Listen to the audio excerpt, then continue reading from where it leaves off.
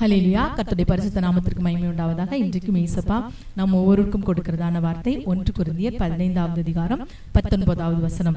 இம்மைக்காக மாத்திரம் நாம் கிறிஸ்துவின் மேல் நம்பிக்கை உள்ளவர்களாய் இருந்தால் எல்லா மனுஷரை பார்க்கிலும் பரிதபிக்கப்பட்டவர்களாய் இருப்போம். ஆமென். இம்மைக்காக மாத்திரம் இயேசப்பா மேல நாம் நம்பிக்கை வைக்கவே கூடாது.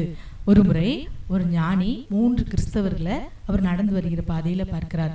முதலாவது கிறிஸ்தவன் மிகவும் பயத்தோடு நடுக்கத்தோடு நடுங்கி போய் வரான். அவன்கிட்ட ஏன்பா இப்படி பயத்தோடு வர அப்படின்னு கேட்கும்போது அவன் சொல்றான், அந்த கிறிஸ்தவன் சொல்றாரு, இல்லை நான் நரகத்திற்கு போயிடுவேணும்னு சொல்லி ஒவ்வொரு நேரமும் நான் பயந்து போயிருக்கேன், அதனாலதான் இந்த பயம் இந்த நடுக்கம் அப்படின்னு சொன்னோன்னே அந்த ஞானி சொல்றாரா, தேவனுக்கு பயப்படுறதுக்கு பதிலா நீ பிசாசுக்கென்று ஆயத்தமாக்கப்பட்ட அந்த நரகத்திற்கு போய் பயப்படுறியே, உன் நிலைமை எவ்வளவு பரிதாபமா இருக்கும். நீ கர்த்தரை தேடுவது உண்மையானதல்ல, நீ நரகத்திலிருந்து தப்பித்து கொள்ளணும் அப்படின்னு ஒரு வழியாக தான், அதற்கான ஒரு காரியமாக தான் நீ இயேசுப்பாவை தேடுற, நீ உன்னுடைய தெய்வ பக்தி உண்மையானதல்ல அப்படின்னு சொன்னாராம். அடுத்து கொஞ்ச தூரம் நடந்து போனோடனே இன்னொருத்தர் வந்தார். அவர் பாத்தீங்கன்னா இவரை விட வருத்தத்தோடு காணப்பட்டார்.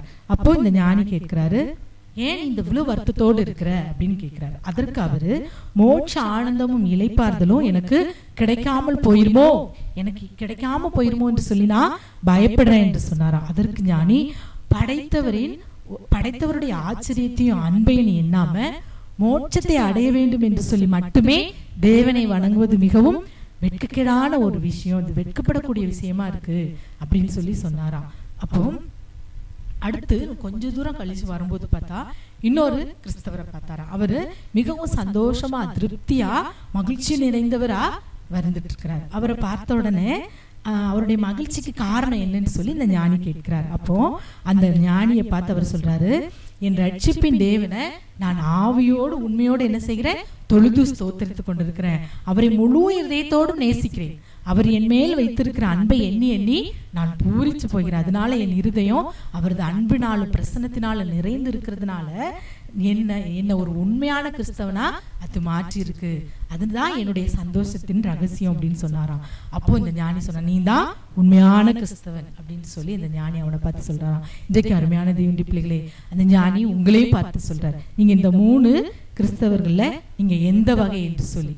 நாம் பார்த்த வசனத்தின்படி இம்மைக்காக மாத்திரம் நம் கிறிஸ்துவின் மேல் நம்பிக்கை வைத்தவர்களா இருந்தா நம்மை போல பரிதபிக்கப்பட்டவர்கள் இந்த உலகத்துல ஒருத்தருமே இல்லை. ஆகவே நம் இம்மைக்காக, உலகத்திற்காக, உலக ஆசீர்வாதங்களுக்காக மாத்திரம் நாம கிறிஸ்துவை பின்பற்றுகிறவர்களாய் காணப்பட்டு விடவே கூடாது. அவருடைய அன்பை எண்ணி, அவர் எனக்காக மரித்தார், எனக்காக உயிர்த்தார், என்னை பரலோகம் கொண்டு சேர்ப்பதற்காக அவர் என்றும் ஜீவனோடு கூட என்னோடு கூட இருக்கிறார் என்று சொல்லி அவரோடு நான் எப்போ போய் வாழ்வேன் அப்படின்னு சொல்லி நாம அவருடைய அன்பில் நிறைந்து நான் காணப்படணும். பரலோகத்துல நரகத்துல உள்ள இதற்கு பயந்து போய் இல்லை, அதே போல இந்த உலகத்தில் உள்ள ஆசீர்வாதம் கிடைக்கணுங்கிறதுக்காக அல்ல, அதற்காகவும் நம்ம நாடி தேடி இயேசு ஓடாதபடி இம்மைக்காக மாத்திரம் இல்ல, மறுமையிலும் அவரோடு கூட நான் வாழணும், மற்ற காரியங்களிலும் கர்த்தருக்கு அடுத்த காரியத்திலும் நாம் அன்புள்ளவர்களாய் நாம் காணப்படும்படி அவருடைய அன்பிலே நாம் என்ன செய்வோம், நிலைத்திருப்போம். நாமும் இப்படிப்பட்ட ஒரு நல்ல 3வது நபரை போல கிறிஸ்துவை உண்மையும் உத்தமமாய்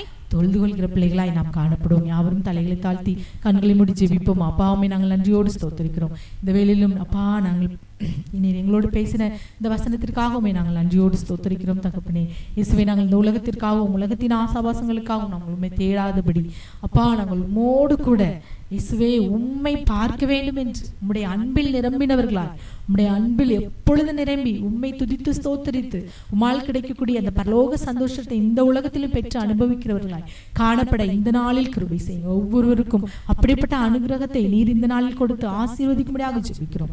சகல துதிகன மகிமை உமக்கே செலுத்துகிறோம். இயேசுவின் நாமத்தில் ஜெபிக்கிறோம் நல்ல பிதாவே.